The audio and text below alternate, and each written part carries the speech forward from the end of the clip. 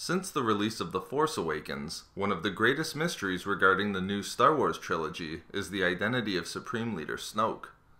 The speculated possibilities of Snoke's true identity have seen an incredibly wide range of individuals, from Jedi Masters to Sith Lords, ancient characters to contemporary characters, minor characters to major characters, and has also included Leia, Anakin, Tarkin, and Gallius Rax, just to name a few. The speculation is not without merit, not just from the standpoint of the plot and wanting to know more about the primary antagonist, but also from an in-universe curiosity. How did a character so powerful in the Force go decades without being found by the Jedi, in their search for Force-sensitive children to bring into the Jedi Order, and also survive decades without being located by the Empire in their attempt to search the galaxy for Force users and force them to either pledge themselves to the Emperor or be killed? The fact that Snoke exists at all seems somewhat miraculous, and at the same time, we know almost nothing about the Supreme Leader of the First Order. So, who is Supreme Leader Snoke? Snoke is not a character who we've been previously introduced to within the Star Wars universe. Rather, Snoke is the twin brother of Anakin Skywalker, who were both created by the Force itself to destroy the Jedi and Sith Orders to bring and maintain balance in the Force. Let's elaborate. First, let's look at what we know about the birth of Anakin Skywalker. Although Anakin was born to Shmi Skywalker, he was conceived by the Force itself. His birth was the result of the Force striking back at the actions undertaken by Darth Sidious and his master Darth Plagueis, whereby they succeeded in shifting the balance of the Force to the dark side through months of intense meditation. Although Plagueis and Sidious were aware of the fact that the Force could strike back at them, they proceeded anyway. Further, having succeeded in tipping the balance in favor of the dark side, Plagueis then proceeded, very soon afterwards, to attempt to create a forceful being, an individual who was the living embodiment of the Force. Ultimately, through these actions by Plagueis and Sidious, the Force struck back at the dark side in a way that led to the creation of Anakin Skywalker. However, to think that the Force would only strike back at the dark side would be to underestimate the important symbiotic relationship between the light and the dark, and ignore the ways in which the Jedi were also perverting the light side of the Force, whereby they were directly leading to the imbalance created by the dark. In recognizing that the Force needed to strike back against the dark side, there are also a number of valid and reasonable reasons for why the Force would also want to strike back at the light side in the final decades of the Old Republic, with a form of reset and cleansing being necessary. The Jedi were engaging in a perversion of the light by following the will and whims of the Republic rather than the will of the Force. The Jedi were no longer adherents to the light. Rather, they were solely committed to defending the Republic and will of the Senate. It must be asked why the Jedi were still taking orders from the Senate and defending the Republic, given the large amount of corruption that was taking place within the galactic government, which was all well known to most honest observers at the time. The Jedi's perversion of the light, wherein they were following the will of the Republic and not the Force, directly led to the weakening of the light, while the dark gained in strength. This contributed to an extreme unbalancing of the Force and untold suffering throughout the galaxy. In recognizing that the Jedi were perverting the light side of the Force, and that the Sith were perverting the dark, and that both were contributing to the Force becoming unbalanced, the Force chose to strike back at both sides, and created two beings at the same time to regain balance: Anakin and Snoke, the destroyers of the Jedi and the Sith as the embodiments of the Force to bring about and maintain balance, one to eradicate the sources of the imbalance, and one to bring about a new order. The Force required two beings, as it could not be taken for granted that it was entirely possible that the Jedi or Sith could quickly retake their place in the galaxy. There needed to be an enforcer of the balance following the actions of Anakin that ensured that the Jedi and Sith, as existed prior to the Clone Wars, did not re-emerge. The individualistic and opposing roles of Anakin and Snoke are represented best by their names.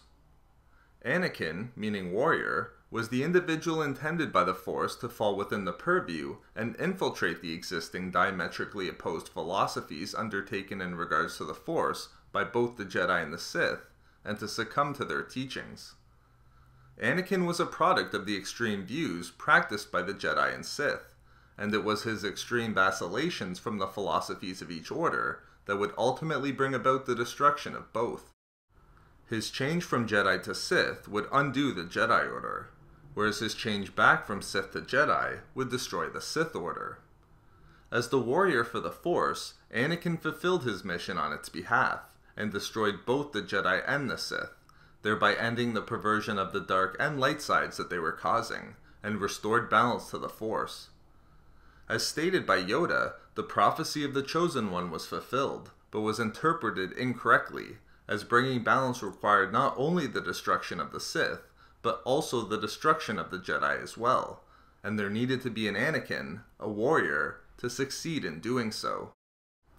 The role of Snoke is also best represented by his name. Snoke, meaning to prowl or sneak about, was to perform an opposite but just as important role from Anakin in ultimately restoring balance to the Force. He was the individual intended by the Force to prowl and sneak within the shadows of the galaxy, distancing himself from both the Jedi and the Sith, and preventing his being corrupted by the duality in their philosophical approach to the Force that each institution held, which not only ensured that the opposite institution existed, but that they were engaged in a never-ending state of perpetual war with each other that brought untold suffering throughout the galaxy. Anakin was the individual to destroy the imbalance caused by the Jedi and the Sith, and Snoke was the individual to maintain the balance and ensure it was protected after the death of Anakin. Snoke was never located by the Jedi or the Sith. Rather, he eventually came into contact with a Force-sensitive individual who was affiliated with neither the Jedi nor the Sith, and was connected to an ancient order that represented the center of the Force, an order that was between the light and the dark, and leaned dominantly in neither direction, thereby balancing the Force. As we have seen in Season 3 of the Rebels TV series with the character the Bendu, there were still ancient beings who existed within the galaxy, outside of the knowledge of both the Jedi and the Sith, who were adherents to this centrist philosophy, but no longer held influence as the duality that was represented by the Jedi and Sith dominated. Snoke would eventually be trained in this centrist philosophy, whereby balance was achieved over the Force, neither committing solely to the light as done by the Jedi, or to the dark as done by the Sith. From afar, Snoke would watch galactic events unfold, and learn from his teacher and his own experiences that the extreme commitments to the light and dark failed to truly comprehend the full and true nature of the Force, and worked only to further the existence of the Jedi Order and the Sith Order, and prevent the full potential of the Force from being obtained. Under these circumstances, Snoke would come to see the inevitable destruction of the Jedi and Sith, as their limiting philosophical understanding of the Force worked to place them in a state of perpetual war against each other, which had disastrous consequences for the Force and for the entire galaxy, as its inhabitants were caught in the middle of the two orders. Snoke would come to loathe both the Jedi and Sith for their perversions of the light and dark sides of the Force to benefit themselves and their own ends, and for the perilous situation they created for the inhabitants of the galaxy. Ultimately, as Snoke trained in the shadows in both the light and dark sides of the Force, achieving balance between them and becoming powerful in each, he witnessed the rise and fall of the Empire, and positioned himself to fill the power vacuum that was left after Anakin decimated the Jedi and the Sith, and worked to maintain the balance that was achieved by preventing their re-emergence and rise back to prominence. We can find evidence of Snoke's conception by the Force at the same time as Anakin, as part of the Force's mission to purge the corruption that was being caused to the light and dark, and to restore and maintain balance, within Snoke's recruitment and training of Kylo Ren.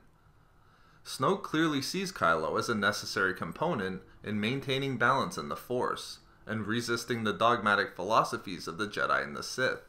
as Snoke saw him as comprising the right balance of the light and dark sides of the Force, so much so that he viewed Kylo as the focal point between the light and dark. Snoke encouraged Kylo to utilize both his light and dark side heritages, even though Kylo feared the light, having seen the results of what happened through Darth Vader's redemption. This strongly relates to the Bendu's approach with Kanan, whereby he had Kanan face what he feared, and explain that only the individual could choose to change themselves. Similarly, Snoke had Kylo face his fear of the light directly, in order for him to make himself more powerful, since Kylo was able to study and use the teachings of the light and the dark, and to study the techniques from the Jedi and from arcane dark side lore. Demonstrating the influence of Snoke's balanced approach to the light and dark on his training, Kylo kept Darth Vader's helmet as a reminder not only of the dark side's power, but also of its weakness, thereby helping Kylo to understand the limits that a Force user placed upon themselves in not understanding both the dark and the light sides. Further, it's important to note that Kylo was not the first apprentice of Snoke, and that Snoke became interested in Kylo due to his Skywalker bloodline. This seems to imply that Snoke knew of Anakin's importance to the greater will of the Force in bringing and maintaining balance between the light and dark. Snoke's being conceived by the Force with Anakin in order to strike back and restore balance also correlates with other facets that we know about Snoke. Born at the same time as Anakin, Snoke would be very old by the time of The Force Awakens, as he would be almost 8 decades old by the time of Episode 7. The fact that Kylo views Snoke as wise also connects him to the Bendu, whose wisdom in regards to the Force is without question, and who also represented the center of the Force between the light and dark. Snoke's wisdom would have come from having been trained to similarly understand the centrist philosophy regarding the Force, thereby demonstrating a wisdom that was not present amongst the Jedi or the Sith. This, in combination with having watched galactic events unfold from the shadows, would have given Snoke a vast knowledge of the past and of the Force. Further, Snoke's calm demeanor and acceptance of Kylo's failures also indicates that Snoke is a practitioner of both the light and dark sides, and part of the greater scheme of the Force to restore balance that started with the conception of Anakin and Snoke. No Sith would have accepted Kylo's inability to prevent the Resistance from obtaining the whereabouts of Luke Skywalker, not to mention his defeat by Rey. However, more importantly for Snoke, just as Kanan and Ezra passed their personal trials under the guidance of the Bendu to overcome their fears and internal imbalance, Kylo had overcome his fears of the light and the imbalance that was tearing him apart, through his own personal trial of facing and murdering his father, Han Solo. In this regard, the teaching methods of the Bendu and Snoke, both adherents to the centrist philosophy of the Force, are quite similar, as they require the Force user to face what it is that they fear through a personal trial, thereby overcoming their fear and calming the imbalance within them. In murdering his father, Kylo was made more powerful, as he will now be able to utilize the power of the light and dark sides of the Force clearly, without the overpowering imbalance to hold him back. Finally, in being conceived by the Force itself with Anakin, in order to maintain and continue the restored balance, it would make sense why Snoke would come to view both the New Republic and the Jedi as threats, and would want to prevent their restoration. Snoke would have recognized that the Republic was the source of the corruption that not only hurt the citizens of the galaxy, but also eventually corrupted the Jedi and the light, as the Jedi bent to the will of the Senate and not to the Force. Snoke would also potentially see that the philosophy of Luke's Jedi Order would only restore the duality of light and dark that would eventually recreate and ignite the perpetual war between the Jedi and the Sith, as each side ardently adhered to their dogmatic singular nature of the Force. In wanting to maintain the balance in the Force, Snoke could not let the new Jedi rise, and partner with their historical ally in the Republic.